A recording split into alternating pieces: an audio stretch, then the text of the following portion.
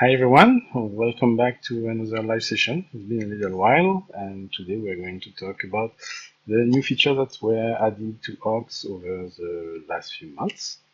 And to do so, I am going to do a bit of UI tonight. So let's get started by creating a new project. We're going to create in the live, we're going to call it Live 17. And as usual, we can use the help to see what extensions are available to us. And there is a new extension that I'm going to talk about like very quickly. It's called Clay. As you can see, it's a GUI layout extension using a library called Clay from Nick Barker. So let's create our project with Clay. And let's get to it. Build Windows. Yeah, I can do it. Windows Visual 2022.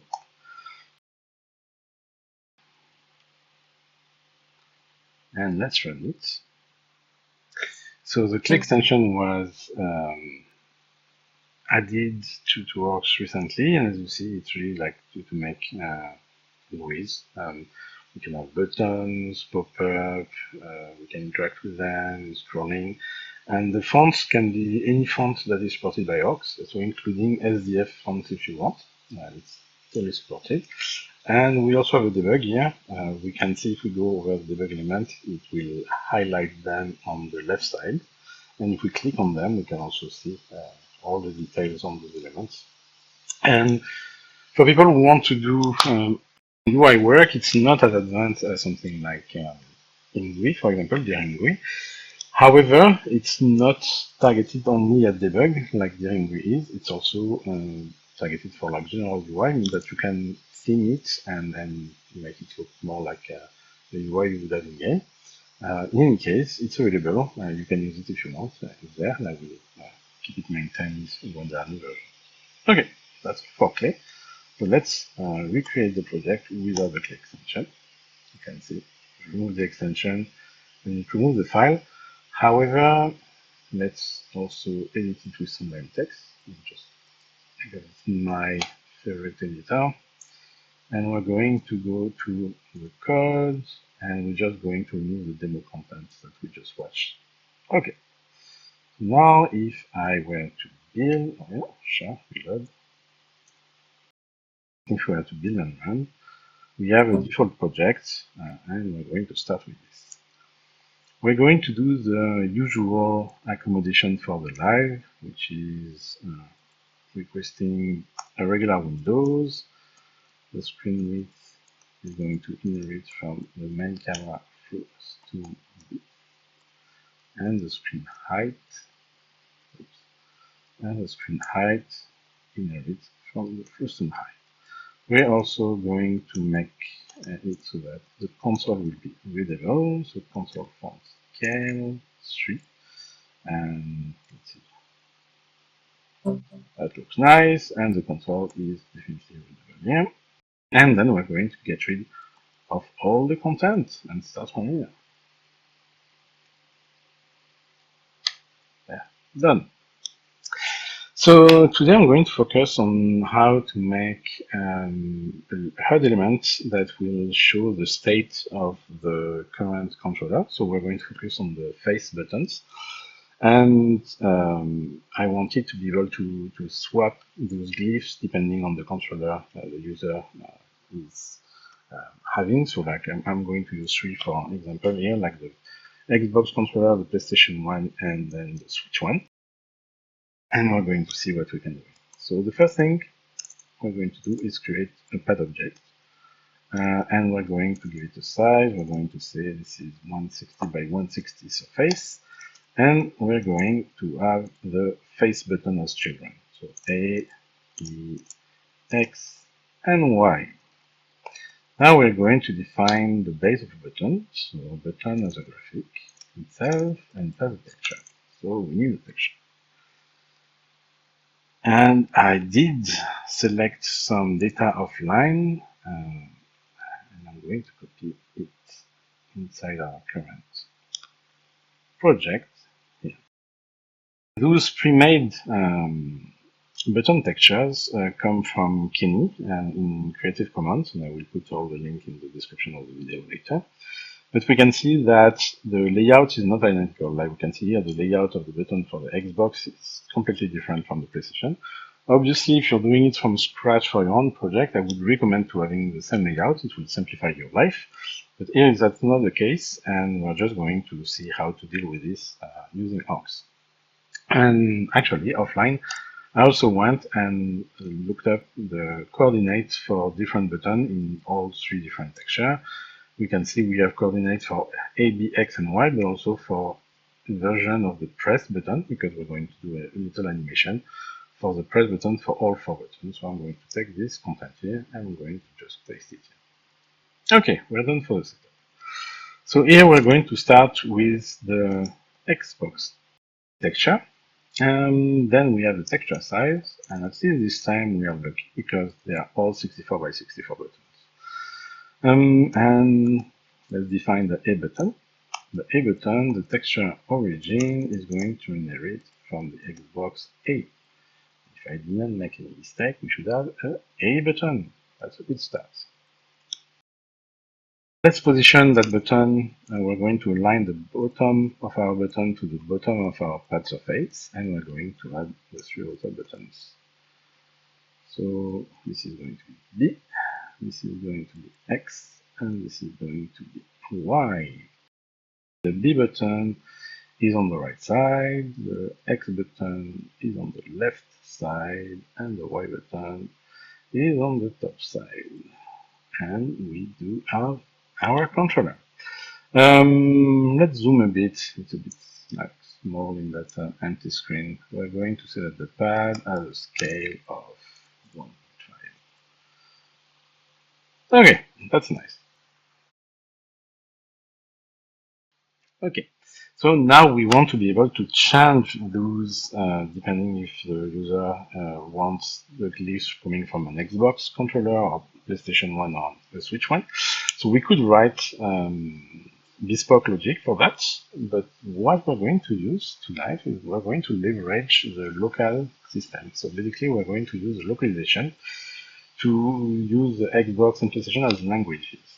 So if you were to do that until recently, that would mean that you would, well, let me rewind a bit. So localization in Arc, since the beginning, at least for the last 15 years, we can localize different parts of Arcs and selecting a language on the spot, and Arcs will update all the reference.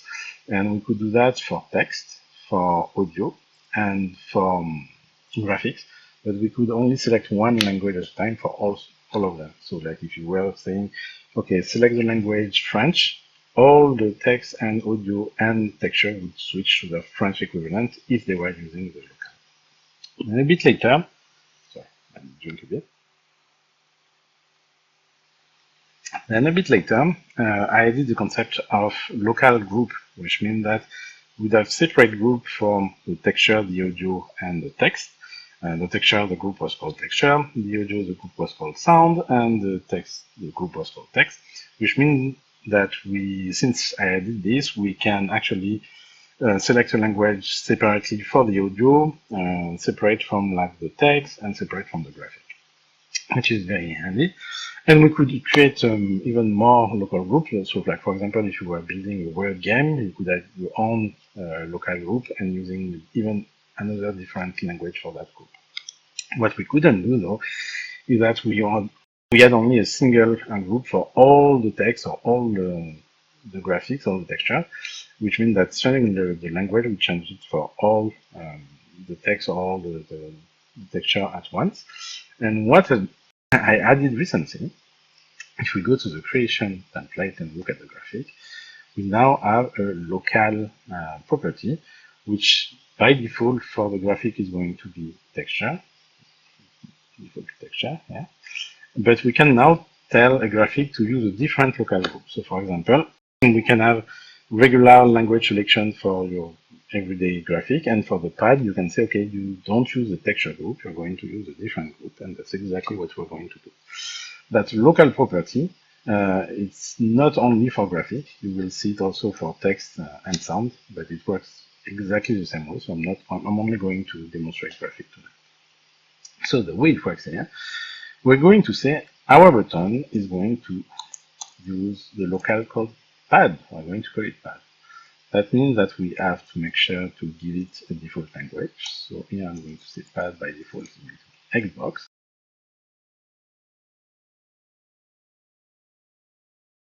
We're going to update our button definition to make sure to use reference inside those languages. So switch PlayStation and Xbox become languages.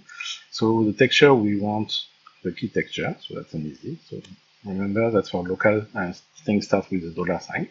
So here by saying texture, we're going to look up the texture inside the current language.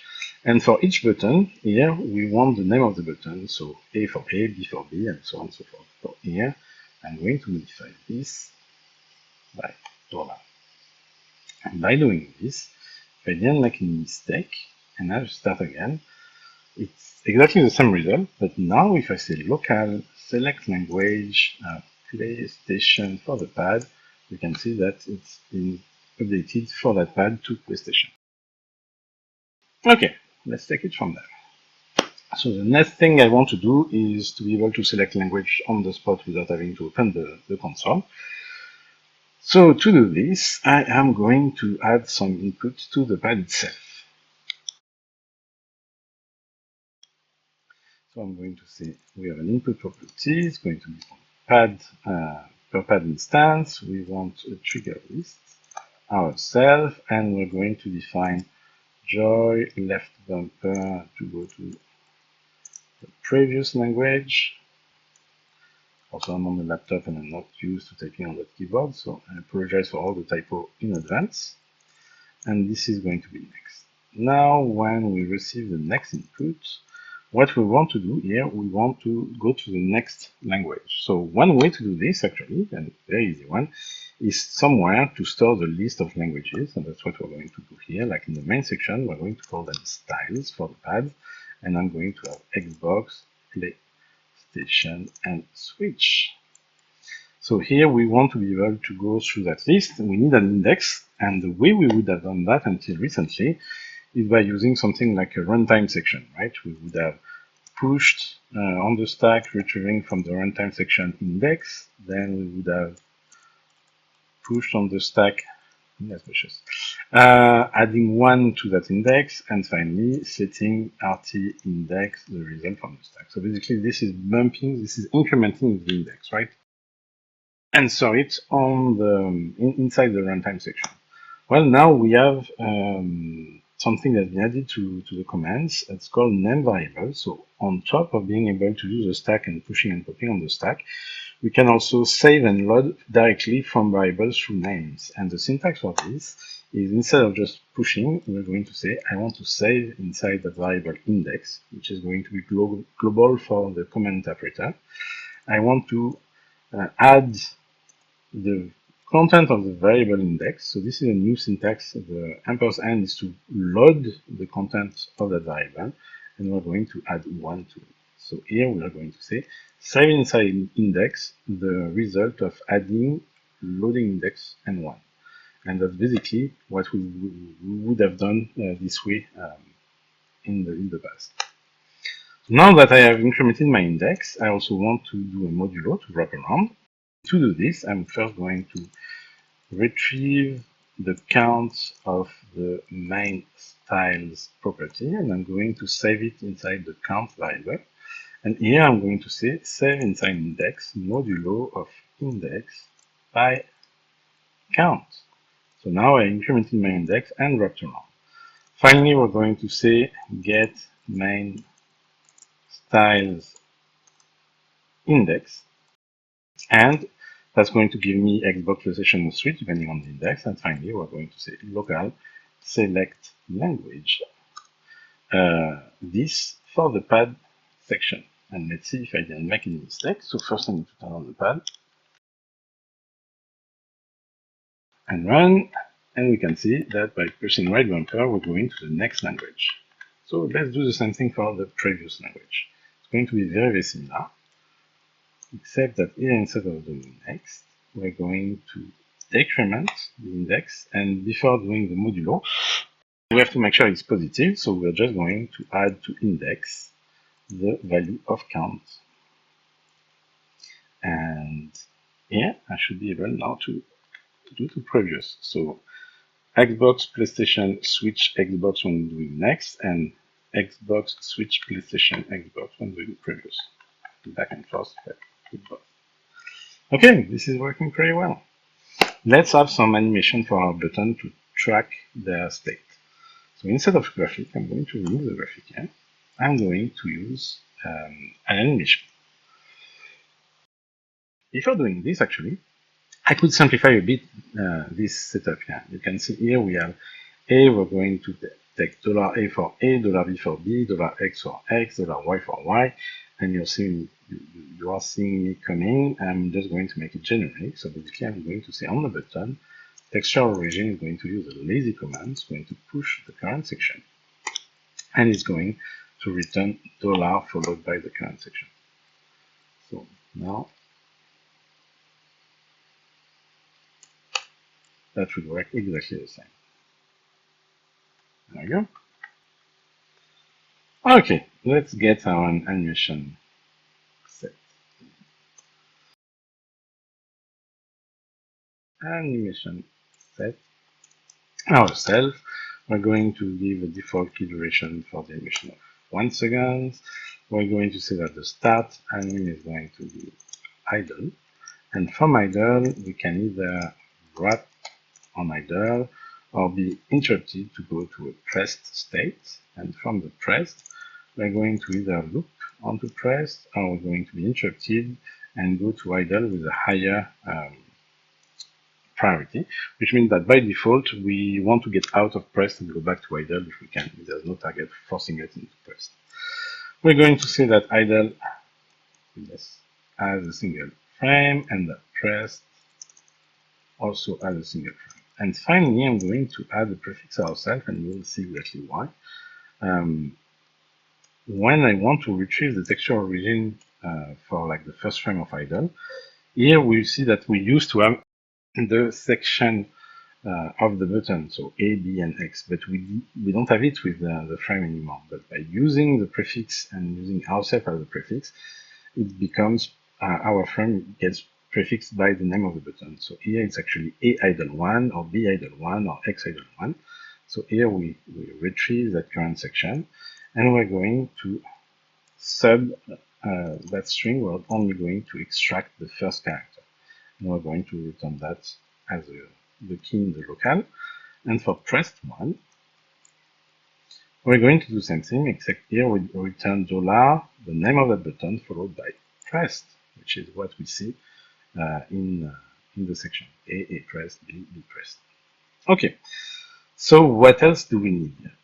We need some interaction, right? So we're going to add an input on per instance, and we're going to handle it here. So we're going to say input when press is being activated. We're going to have an input called press. We're just going to say object set anim of ourself pressed. And input when press has been let go, we're just going to say object set anim of ourself nothing. So basically we remove the target, and if you were in press, we go back to idle. Now we need an input to test. I'm going to bind it to the button A. I'm going to say A is press action. Let's see if this works. And there we go. When I press A, all the buttons go to press.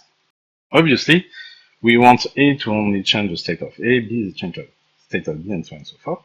So instead of hard coding joy A here, what I'm going to do is I'm going to use the on prepare, which is going to be run before we create the object. And here I'm going to say push the current section and set inside our current section joy underscore the name of ourselves and bind to press. So basically, this is going to create a joy A press for the button A, joy B press for the button B. And we can see now that we can track all our buttons separately. That's nice. What if we wanted to have multiple pads? Sorry. Multiple pads. Well, we need to start by saying what needs to be duplicated. First thing first, we need obviously two pads, pad 1, pad 2. We also need default language selection for both pad 1 and pad 2. Then here we see that we are selecting language for pad, but now we want to select language for either pad 1 or pad 2. And it turns out that in our current convention, that's just the name of the object. So I say object get name of ourselves, and I get, oh, I can pop it here. But for those I used to command, remember this is a stack. So here we are pushing last, which means that we're going to pop first. And we actually want it here, not here. So one way to disentangle this is to use name variable here. So the style, instead of pushing on the stack, I'm saving it in the name variable, which means that I can retrieve it here. And I only a single push, so the pop is not ambiguous anymore. And I'm going to do the same thing. Right? So save, push pop. Okay, what else do we have here? The button. Here the button needs to return the name of its owner. So, you know what? Here we were where we were creating the joy property. We're going to push retrieving the owner of ourselves. And inside the variable called owner, I'm going to store its name, which means that here I can use a lazy command that's simply going to return the content of the owner variable. And debugging commands when using name variable is also easier, because here I can just insert like a log owner if I wanted to check. I don't have to worry about like pushing and putting on the stack anymore. What else do we need? Well, we need actually to define our pad 1 and pad 2. So pad 1 inherits from pad and it's going to go on the left. So something like this. Pad 2 is going to go on the right. If I didn't miss anything, we have two pads, except when I press the button, you can see they both react, and same when it's changing languages. And there is a good reason for that. The reason is that right now we define input for all the joysticks. We didn't give a joystick ID for each pad, and that's what we need to do. So here we're going to define like an ID property in the pad. So the same way we did an onPrepare for the button, we're going to run an onPrepare here. And I'm going to push the current section. I'm going to say, I'm going to skip the first three characters, so string sub 3, and I'm going to set inside our current section ID the result. But now there's actually a bit more we can do with name variable. We can actually access the entirety of the config. The syntax for that is using section.property. So here if I say, instead of pushing on the stack, if I say save inside the section ourselves, follow the property ID, I can just remove this set here. This means save in the current section the property ID, the result of the string sub. And there's actually a shortcut when you save in when you save in the current section, you can just omit the at. So here means that I created an ID section in that pad that will just give me the ID of the pad. So pad 1 will be 1, pad 2 will be 2. And for the joystick here, I'm going to say joy ID list, simply inherits from the ID. For the pad, we need to do something similar. Here, the joy ID list. The ID is in the pad, so I can use a lazy command, and I'm going to say get in the section named from the owner the ID. Let's see if I didn't make a mistake. And we can see now we have a single pad, and however, if I go to the next language, all of them are attached. I turn my second pad on, and you can see both pads are working fine. However, both are changing, and also a very good reason for this. If you remember our animation set, we said use the current section. It means that even though we have two buttons A, one for pad 1, one for pad 2, they are using both the same animation set. So when we select the new language, we update that animation set with a new texture and coordinate, and it's shared by both. So instead of doing this, we're going to create a new section that's going to be unique per button, and that's going to inherit from the current section so that we don't have to move everything around. So we're going to say config set parent, and here I'm going to have a variable named section, so that basically would be A for the button A, B for button B, and I'm going to concatenate the name of the owner to make it unique. So for the button A in pad 1 is going to be A pad 1, for the button X in pad 2 is going to be X pad 2, and this is going to inherit from the current section. You're going to tell me where this is coming from. Well, remember that we were pushing the current section here? Well, instead of pushing it, let's save it into the section. Make sure we update here. By doing this, now we have to separate, and I made a mistake. Okay. Section, oh yeah, that's a typo here. And here we can see that they are separate. There is a little issue and you probably don't see it right now, but let's see. Right now they are both on Xbox, so next one should be PlayStation. Good. What if I do next on the second one? It should be PlayStation as well. It's jumping to Switch. The reason for this, if you remember, when we are using our index, we have a global index that is shared by all the pads. So what we want actually is having an index per pad. So the last thing we can do with a named variable is that for commands that are run on the object, we can use the caret notation. So let me change all the index. I can use the caret notation for the section. So basically it's going to use the GUID as a section, and inside that section we're going to use the index property. And it works both for like saving and loading. So now we have an index per instance, and we can see that if I do next on one and next on second, we don't have the shell index issue anymore. There we go.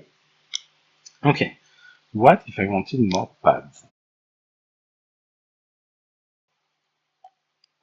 Actually, before that, let's see if we can simplify a couple of things. If you remember here, we were doing some string manipulation to extract the name of the button from the name of the frame. But now that we are actually saving the section here, we can redo this. We don't need the prefix anymore. That was a bit of a crutch here. And here we don't need to do all that operation. What we can do here is simply replace $pop by the section. So here is going to return the name of section, ABXY. And here, Args needs to know that, my bad, I forgot the A, there we go, the ampersand. Here we need to tell Args that it's A section and not A section P or N section press, right? And to do this, we use double quotes to isolate it. So here is going to return $ followed by the name of the current section. It's going to be ABXY followed by pressed. So $A press or $X press. And if I do this, normally I should not have broken anything. And you can see it still works. What if I want to add more pads? Well, let's see what it takes to add more pads, right? It should be pretty simple. Actually, in the best case scenario, it would be simply to define the value, move them so that they are not on top of each other.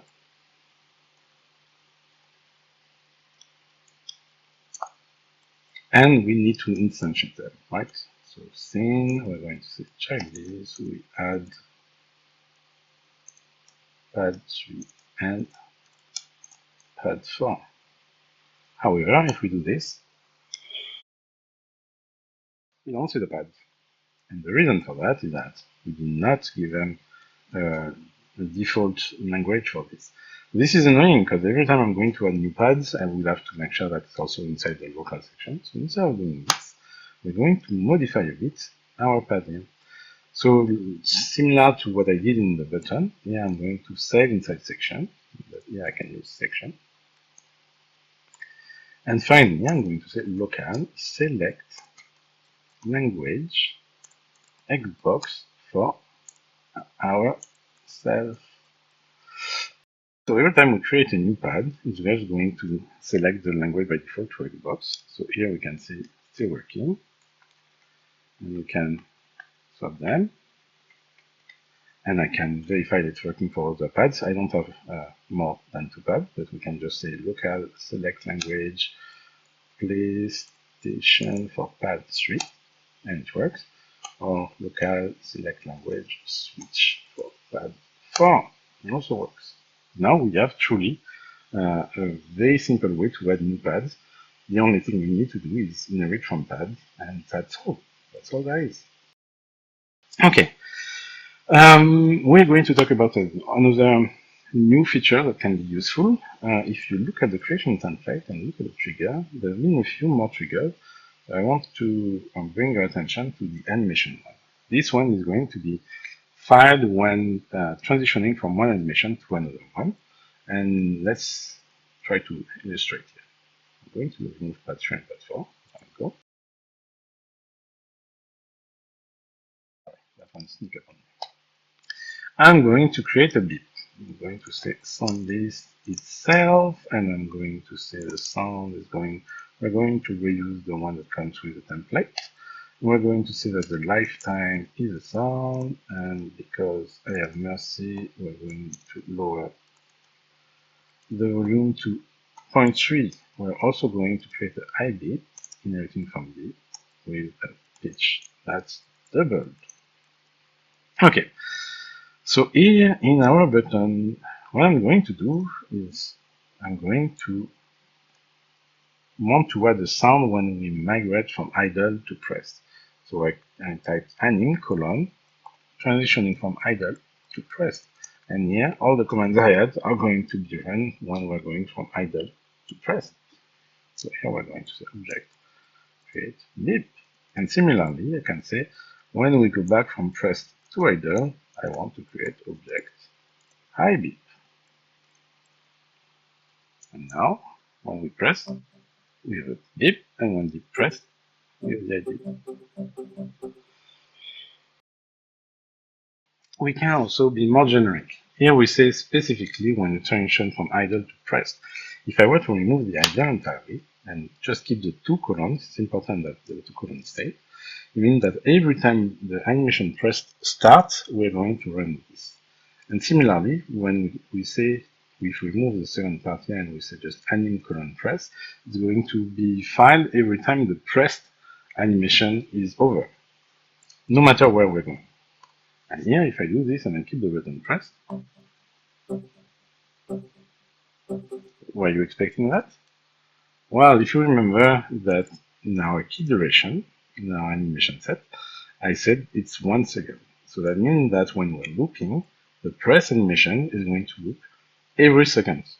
So after 1 second, we're going to trigger this one because we are leaving pressed, even though we are going back to pressed. We are going pressed to pressed.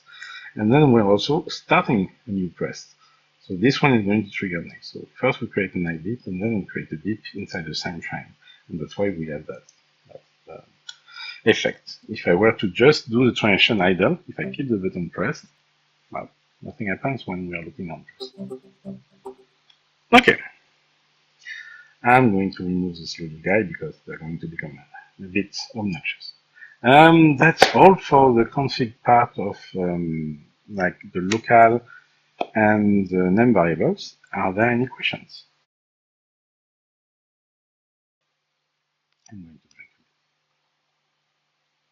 Just to clarify, make sure I understand the name variables are always global. Then it's not like local to a single command. It's not local to a section. It is the caret dot prefix makes it local to like an instance section.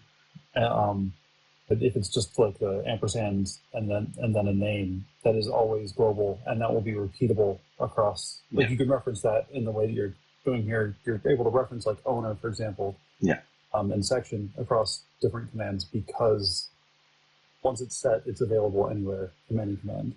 Exactly. So to summarize, when there's no dot, it's the global name variable that's available from any command.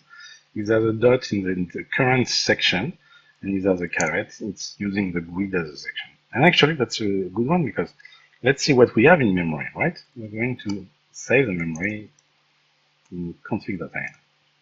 And let's see what we have, because we did quite a bit of processing, right? So look at the config. So here, nothing unusual. We have everything that we put in.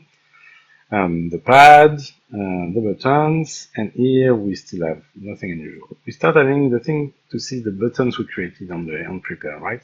For the A, we created joy A, for B, joy X, joy Y. And here, if we continue to go a bit further, we can see the ID for the pads, where we just keep the first 3 characters. So obviously, if you want to be explicit and define an ID by hand, you can also do it. Here it's just a convention that I said, okay, everything is going to be called pad followed by an ID. So I'm just going to skip the pad part and retrieve the ID from that. But if I wanted to manually set the ID, it's something that I can do. Let's keep the colors. And now is all the magic behind the scene. We can see that, where is it? Oh wait, you know what? Let's do previous, next, index, and let's save it again. Okay. Now if we look at it, we can see that here, those are all the global named variables that I've defined. The last time we said section, it was while. The last time we said owner, it was pad2. The last time we said count, it was 3. And the last time we said style, it was PlayStation. This is actually just using the config behind the scene to save those global variables, just using an internal section called orgs command push. But it's exactly the same path. It's abstracted from the user. And that is answer your question. Yes, perfect. Thank you. My pleasure. And we can also see other things, right? Like we can see that the index that we created, they are stored. This was the grid of the pad 1 where we stored the index, and this was the grid of the pad 2 where we stored the index with a caret. So everything is backed by the config, and it's very easy to inspect it or to debug it because of that access through the config. What about we replace those guys by code? Because, you know, they're starting to be a bit long and not that palatable, so let's get rid of those guys. So obviously in a game, you probably don't want to change on the spot your language, so you wouldn't have any input on the pad. But here, we still want to be able to do it, but we're going to do it in code. So let's have a look at the new quality of life on the scroll side. For those who are familiar with creating a scroll project, you would remember seeing something like class object inheriting publicly from class scroll object, and not something like this. So this still exists. You can still do this. The thing is that when you do this, you have to remember to bind the object, the class you created, manually. And there's usually a bind function in the project, but it was like a manual step, and to make it more easy for the user, more automated, there's a new macro here called make_scroll_object. And if you define an object with make_scroll_object, you do not need to bind it. It will be using auto binding. So we're going to do the same thing for the pad. I'm going to say make_scroll_object pad. And that's all I need to do. I don't need to reference it anywhere in the code or doing includes or things like this. I can just put my code here. So void update const flocking info. Sorry about the interruptions.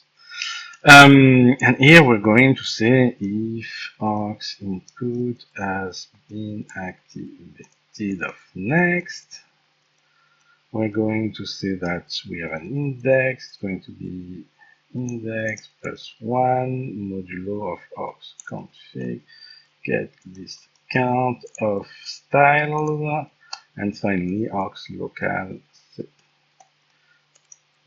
select language args config get list string styles add index, and the object name is just get name.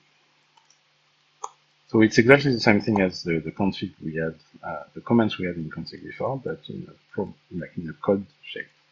And here for previous, it's not the cleanest code, but it's functional. We're going to do the same thing as before, just quick and dirty, adding it so that we can wrap around. And if I didn't mess up, now we need to rebuild again. Let's go into really, so we don't have any pop-up. Why it doesn't matter? Oh, yeah, I forgot. I'm so used to having it created for me. So here we need aux index 0. There. And here, if I do my previous and next, you can see we have the same feature, except this time it's handled in code. Let's continue a bit on that topic. Here we created a pad. We're going actually to put a breakpoint, so let's go in the debug. I'm going to open the source objects. Here we can see that if I put a breakpoint on the creation of the object, we don't hit that breakpoint because we're not creating any object. We're only creating the pad one that inherits from scroll object. What if we wanted pad to inherit from the object? Well, we just add it there. And now a pad is going to inherit from object. And we can see here, upon creation, the result here, the class pad inherits from the class object, which inherits from the scroll object. We also have another variation where we can define the section we're going to bind to instead of having named after the current class. So here it's going to be bound to pad.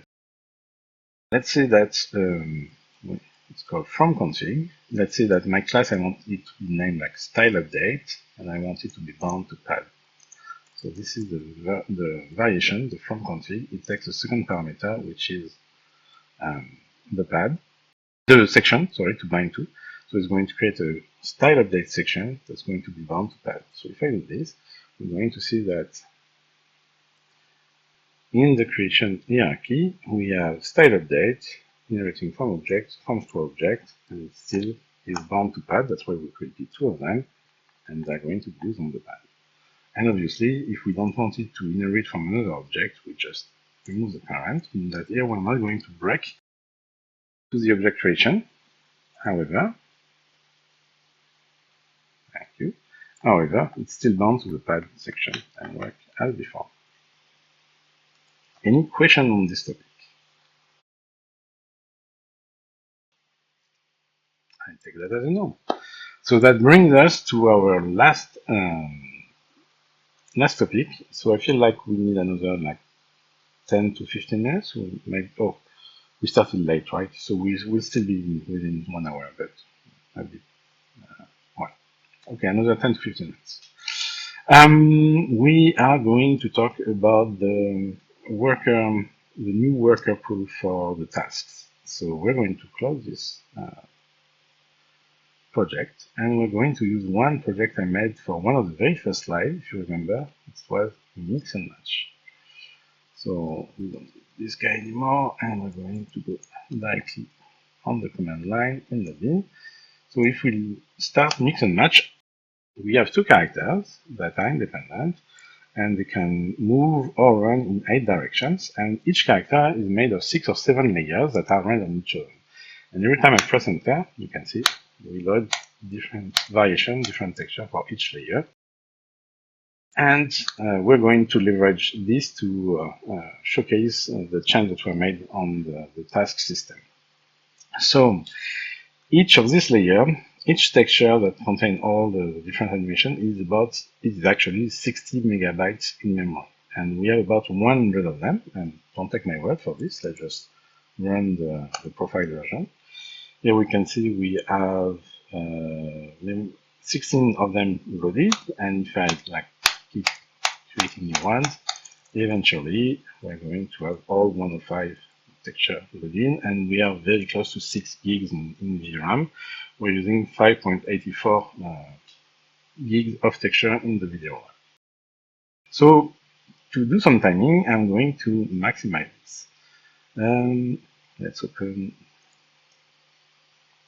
mix and match. I should have kept there we go, my summary text.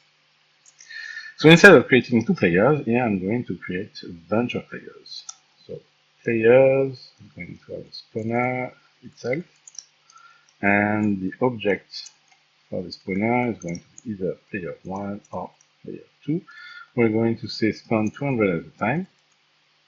That should be enough to cover everything. And then we're going to say no delay. And we don't want to keep spawning, so we're going to say the total object count is going to be the same as the wave size. So here, if I didn't make any mistake, we should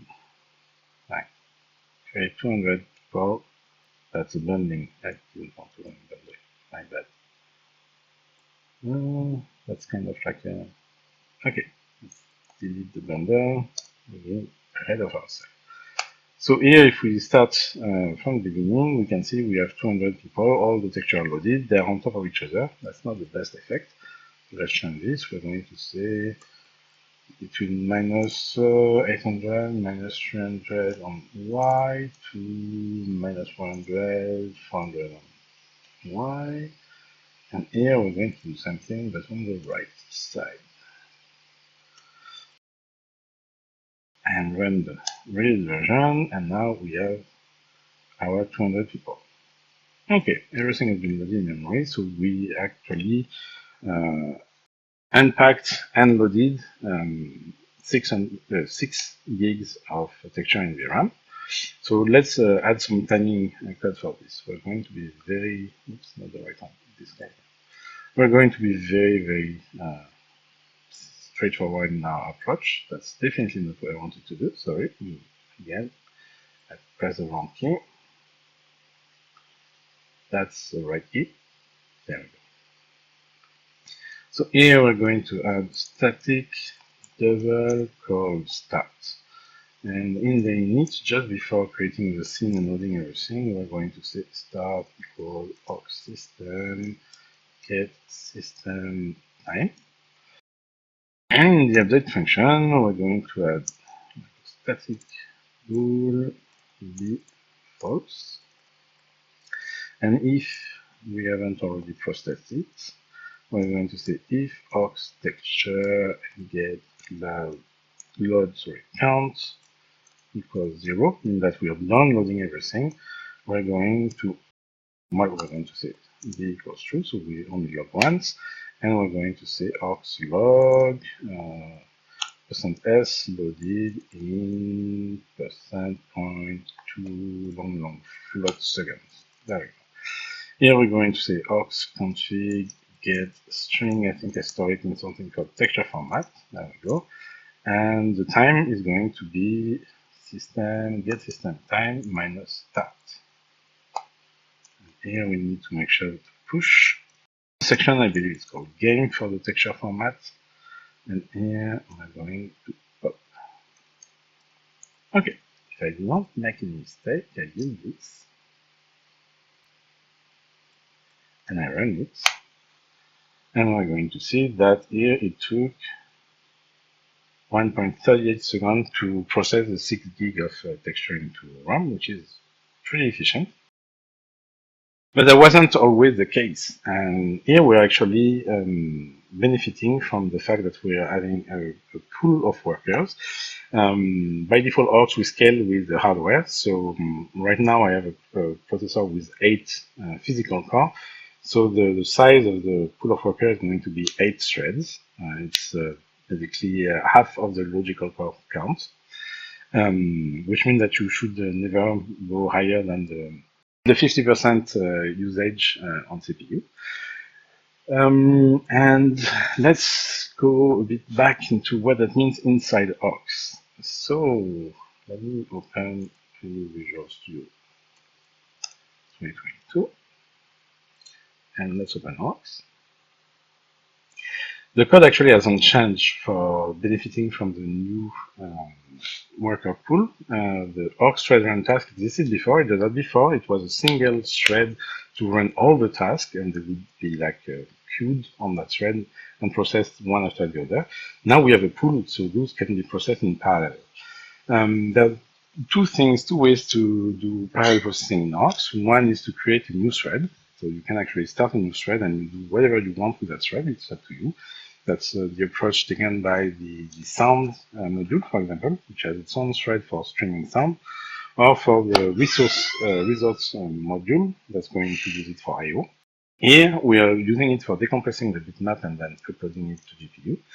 But there's also a mode where you can have the old behavior, which is use a single thread and like queue all the tasks one after the other. It's called linear. So if I build this plugin, the display plugin with run task linear for decompressed map, is going to mimic what we use to have in Orcs. So let's build Orcs with this one here, and let's see what we used to have versus what we have now. So building mix and match, we're going to take some measurements. So here we have texture format. It's okay. So we're going to check for QOI. We're going to check for WebP, for PNG, and finally for KTX2. Okay. So let's get the best out of two. So this is QI with the old Orcs, and it took 3.08 seconds this time. You know what? We're also going to say, I want to be able to see what's inside the console. There we go. And the second one is going to take 360. So QI, let's say 3.08 seconds.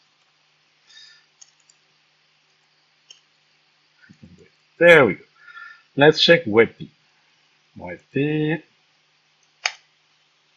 So WebP is much smaller. The disk footprint of WebP versus QI is much smaller, but it's a bit slower. Not by much, you see, okay, 429A, and if I do it again, 427. So here, let's say WebP was 4.27 seconds. PNG. So PNG is a bit on weird case because it takes more space than WebP on disk, and it's also much slower than WebP. So it's definitely a bit of the worst of both worlds. So my recommendation is don't use PNG if you can avoid it. Here it's going to take 615. Okay. 615 for PNG and KTX2. So KTX2 is a bit different. QI, WebP, and PNG are lossless encoding, meaning that pixels are going to be perfectly the pixel that you put in the texture when you're going to load it in the engine. KTX2 is a GPU compressed format, which means that the pixel will be about the same, similar, but it's a lossy compression. The advantage is that once decompressed in memory, it will be a fourth of the size it would have been otherwise. So instead of having 6 gig of VRAM in texture, we're only going to have 1.5 gigs of texture in VRAM, which is quite nice if you have a lot of texture. The downside is that it's also much more demanding on the decompression. We're going to see that with here. It's going to take much longer than QY, WebP, or PNG. Because I need to change it. That was PNG, my bad. KTX2. Let's try this again.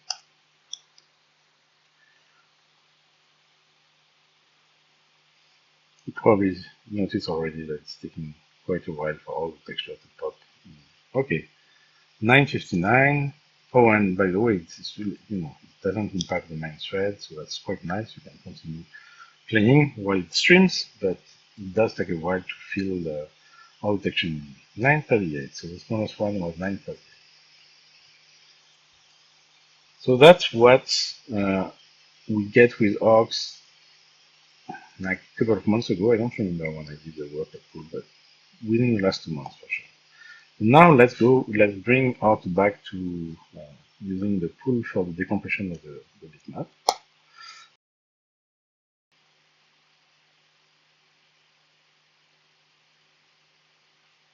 Okay, and build mix and match. Let's start with KTX. You can see that's much faster. KTX2 now is downloading in 2.31 seconds instead of 9 something. 228. So we went for KTX2 from 938 to 228 seconds. Let's try PNG. So now PNG also will improve. So it won't be as bad a format as it used to be, but still takes a lot of space on disk. And here you can see it definitely blocks a bit because it's starting to flood the pipeline. 177 seconds. Yeah. And 192. So 177 was the one. Yeah, so here that's drastic improvement. Let's try WebP. So WebP is definitely the smallest on disk. But it used to be a bit slower than QI, and now I think they're going to be almost on par. So 176, so close to the PNG. 193. Oh, actually, WebP is performing a bit worse than PNG, or about the same. In my recent test, it was performing a bit better, but yeah, it means that they are very, very close. And finally, QI. The QI is like definitely spamming our poor graphics pipeline. 165, and that's the one we had 138 earlier. So maybe my laptop is like throttling. 146. We had 138 earlier, and I got it to sub 1 second on this laptop at some point.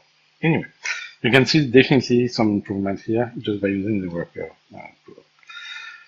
And inside Arcs, this worker pool is used for decompressing texture, but it's also used for generating the glyph for an SDF font. So now they are all like processed in parallel instead of just being one at a time. Can make a big difference. And I also modified the bundle extension to take care of this. And to do this, we're just going to like bundle the data, and we're going to see. So first, I'm going to show you what it used to be. Here, if we look for run task, that's a modification I made recently, we can use the old pass code by just doing everything sequentially on the current thread. So here, if I build mix and match, oops, I lost it. Mix and match OBR. So that's what it used to be. You can see that all the QI texture one by one are being compressed and encrypted because that's what the bundling does. And to process the 104 resources, it took 12.39 seconds and ended up with saving about 30%. But now if we actually leverage the worker pool, so let's rebuild it with the task. And if we run it again, so let's delete the current one, you can see that it's going to be much faster. Everything has been queued already, and it takes about like almost 4 seconds to process everything. So like 3 or 4 times faster than it used to be. So that's it on the topic of worker thread. We took a bit less than 1 hour. So if you want, I can have like a quick fun demonstration, because when I was developing the bundle, I was trying to find data sets to use this. And I thought, hey, why not using existing games and see what happens? So if you're curious, I can take the next 5 minutes and show you some of the finding I had. So unless someone opposed to it, let's do this. So I created a same project called parallel test. And here I created a command. That command is for testing once it's been bundled. I wanted to see what was the impact of a bundled resource.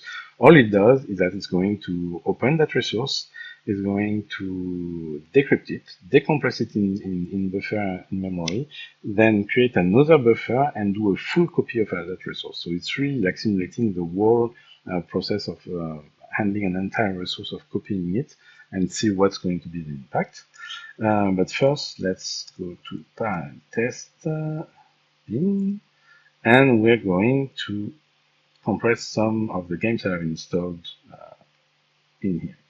So I pick them randomly based on their size. The first one we're going to look at is Orcs Must Die 3, and this is an Unreal game. So, and this is important because you'll see why.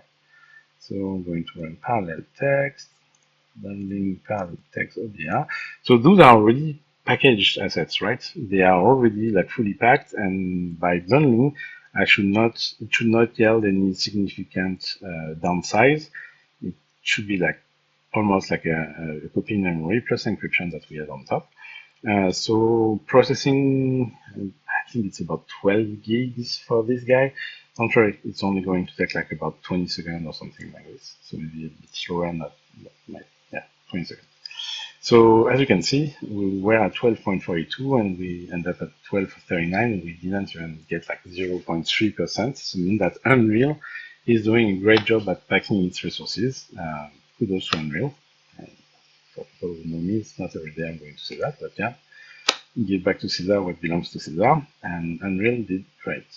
Let's have a look now at a Unity game, a smaller Unity game.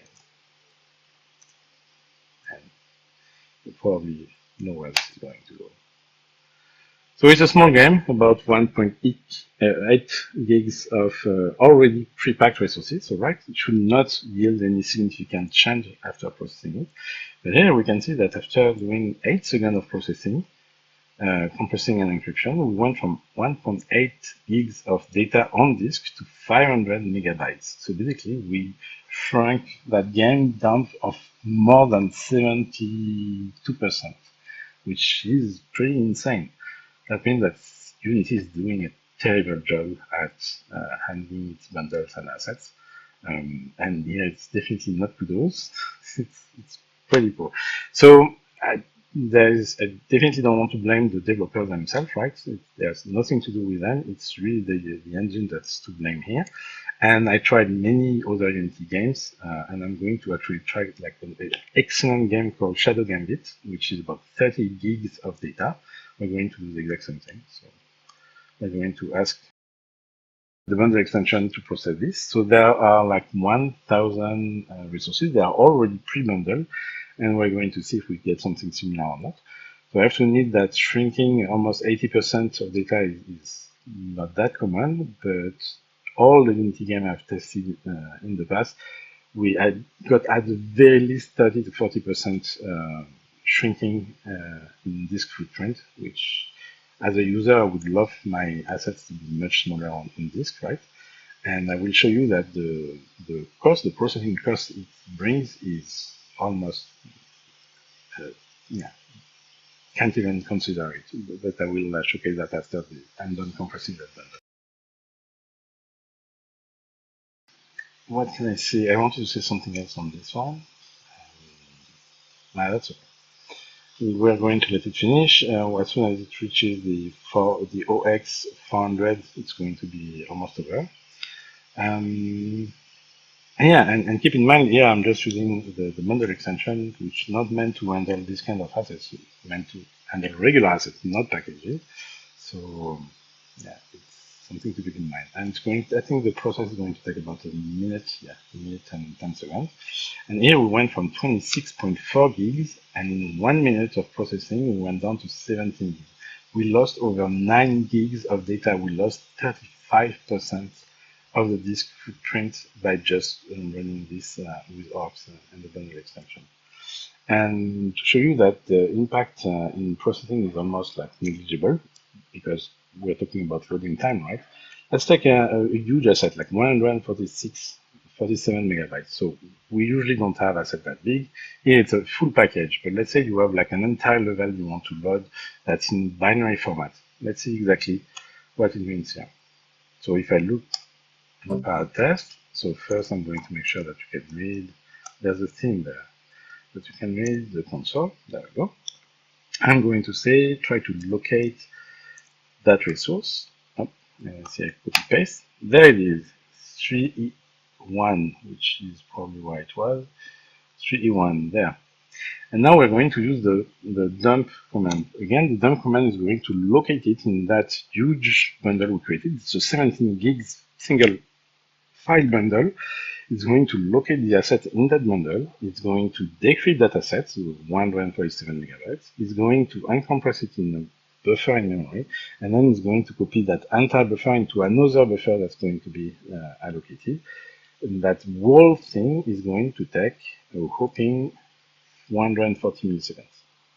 So when comparing to loading time, that's really inconsequential.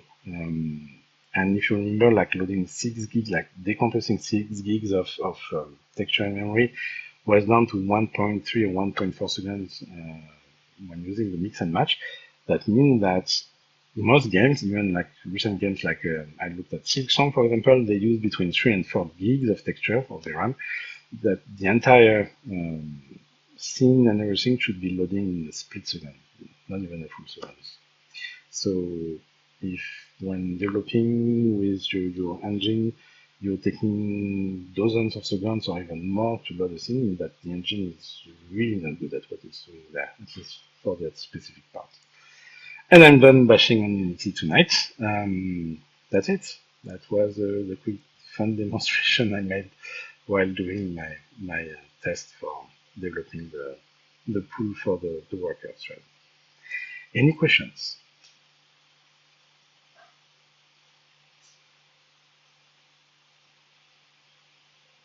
No question on Twitch and no question from me. Okay, and no question on the chat either, I believe. Let's see, the chat. Yeah, there we go. Well, thank you for joining us tonight, and I hope you have a good day, good evening, depending on where you are.